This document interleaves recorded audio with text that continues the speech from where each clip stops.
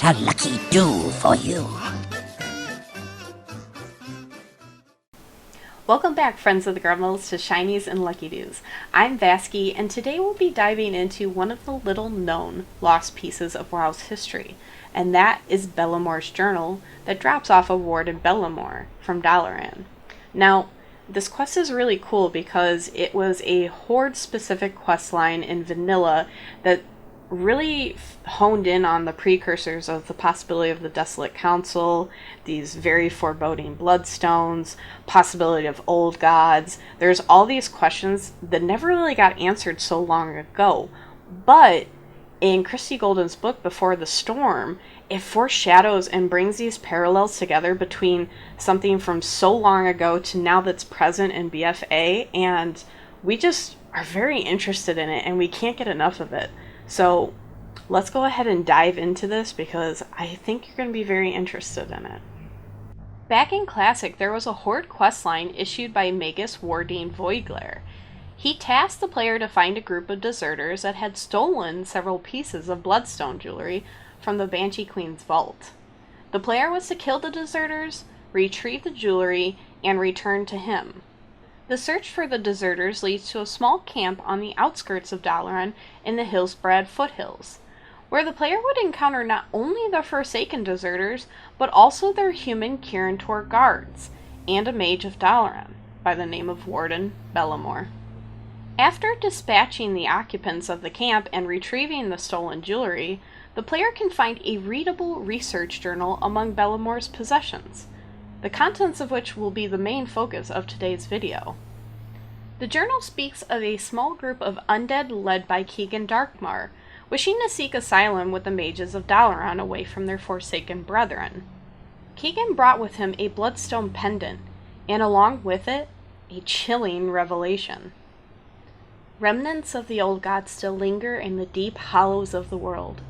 New forces seek to harness that ancient power, and those who succeed will have a terrible weapon against their enemies. With fear and reverence in his eyes, these are the words that Keegan uttered as he reluctantly handed the bloodstone pendant to Warden Belamoore. Revulsion swept through her upon taking the pendant into her own hand. Unsure if it was the touch of his dead flesh against hers, or the pendant itself that made her skin crawl. One thing she was sure of, however, is that within the amulet was a power. A deep, hidden, hungry power yearning for release. Belamoore pleaded with her colleagues in Dalaran to study the Bloodstones, concerned that they would need knowledge of these items, in the event that the power contained within the Bloodstones was ever to be wielded against them. However, the mages of Dalaran were reluctant to study the stones that Keegan and his followers brought with them, instead preferring to quarantine the four refugees in the Lord Emir internment camp and leaving the Bloodstones on their persons. Belamoore was not content with this response. She had seen the concern that Keegan had for his companions, a humanity within him beyond most humans had around her.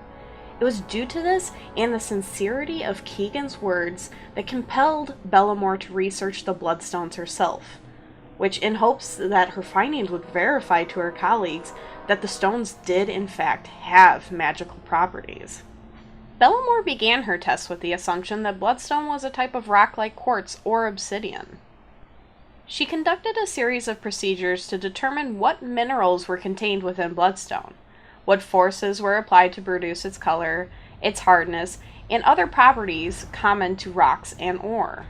But, to her frustration, the bloodstone did not react to her tests as she was anticipating.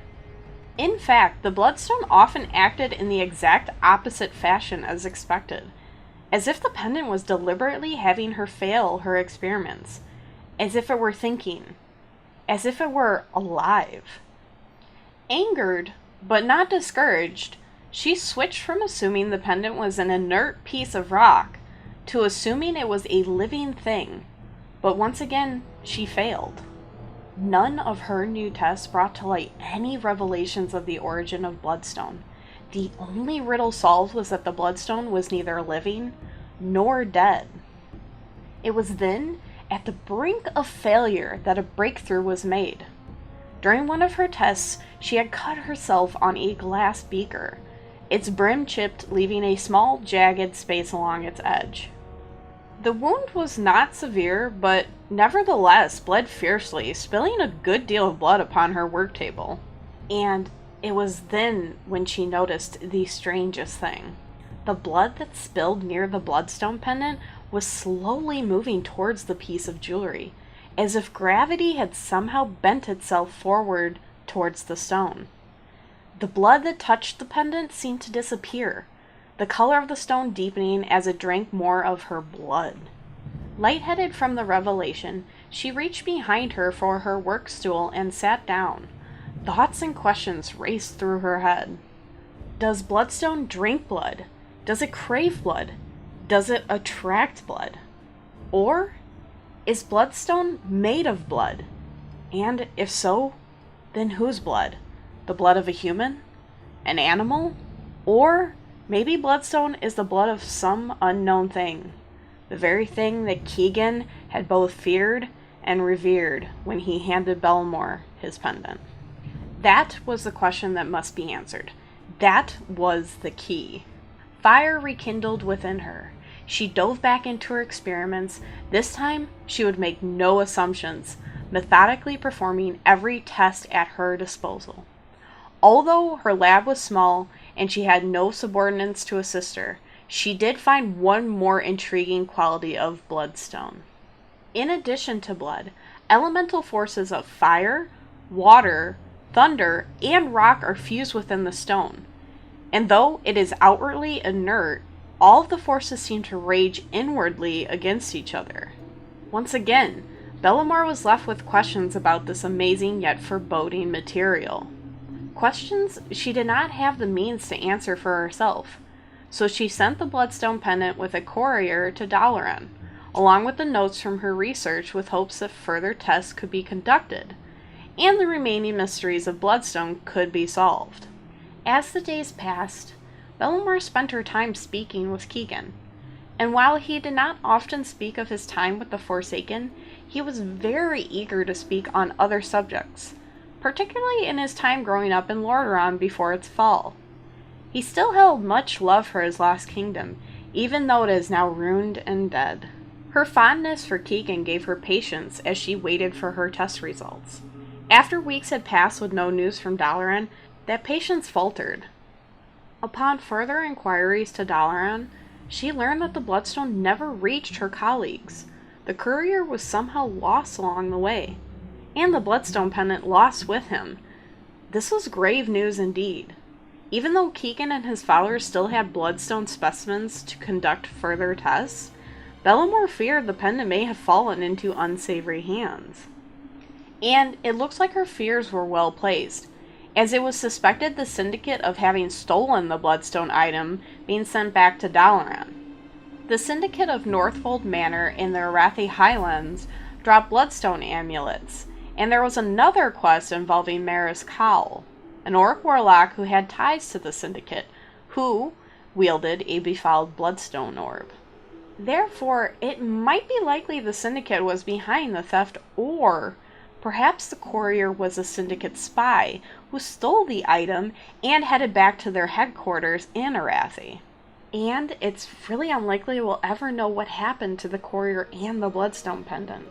And with this, the story of Warden Belamoore's journal comes to an end, and it brings forward some really interesting details, particularly when you consider that there are a number of parallels to the events presented in Christie Golden's book, Before the Storm. Let's go ahead and break this down and take a closer look at some of the similarities that we've noticed. However, before we go any further, if you haven't gotten around to reading Before the Storm just yet, we'll be touching on a few spoilers, so be warned, okay? Let's begin with taking a look at another group of Forsaken that valued their ties to the world of the living over their ties to the Banshee Queen, the Desolate Council. When Sylvanas was suddenly made war chief due to the events that unfolded on Broken Shore at the start of Legion, the threat of the Burning Legion was so great, so immediate, that it forced Sylvanas to leave her most loyal subjects, the Forsaken, completely leaderless. With the lack of Sylvanas' presence, the Forsaken began to feel less than happy about the situation, and so in response, the Desolate Council was formed in order to guide and govern the Undercity and its citizen in their queen's absence. Once Sylvanas heard about the forming of the council, she was initially opposed to it, seeing it as a potential threat to her power. She ended up ultimately being convinced by Nathanos, who saw no harm in having a council liaisoning with them while they spent time in Orgrimmar. At the head of the council was a Forsaken woman by the name of Valencia Benton, who, alongside the other governors, had begun to question some of Sylvanas' orders and direction she was taking the Forsaken. It was when she received a missive from King Anduin Wrynn delivered by Alonzus Fall, informing her of her still human husband passing, as well as an offer for the Forsaken people of Lordaeron to reunite with their still living family members and loved ones. After reading the contents of the missive, Valencia changed back to the name Elsie, which she used as a human. Sylvanas wasn't amused with the change of name, and was initially opposed to the meeting of humans and Forsaken, but Sylvanas allowed it in order to use it as an opportunity to test the loyalties of those in the Desolate Council. It was at this meeting of Forsaken and humans on the fields in the Arathi Highlands that Governor Parqual Fentalis met his daughter Fila and decided to defect to the Alliance alongside the Fellstone Boys and a number of other Forsaken. Parqual had grown tired of Forsaken culture and wished to return to his former life, even going as far as sneaking into his old lodgings to get books which were subsequently confiscated. He also believed that Sylvanas shouldn't force more Forsaken to live again if they didn't wish to, and for other Forsaken to have the choice to seek out their former family and loved ones. Seeing the defection of Parqual and the other Forsaken, Sylvanas blows her horn and sees them break out in a run towards the Alliance in Stromgarde. She then brands them traitors and orders the death of all Forsaken still out in the field, even those who were still loyal and were returning to her. And with that, we close the book on a second group of Forsaken turning their back on Sylvanas to embrace their former lives. It is also interesting to note that they also met with humans who tried to help them, but ultimately met their demise at the order of Sylvanas. But this isn't the only thing that Belamoore's research journal has in common with Before the Storm, as both stories also feature someone researching a stone of unknown origin. Let's go ahead and start with what we see in Before the Storm regarding the stones.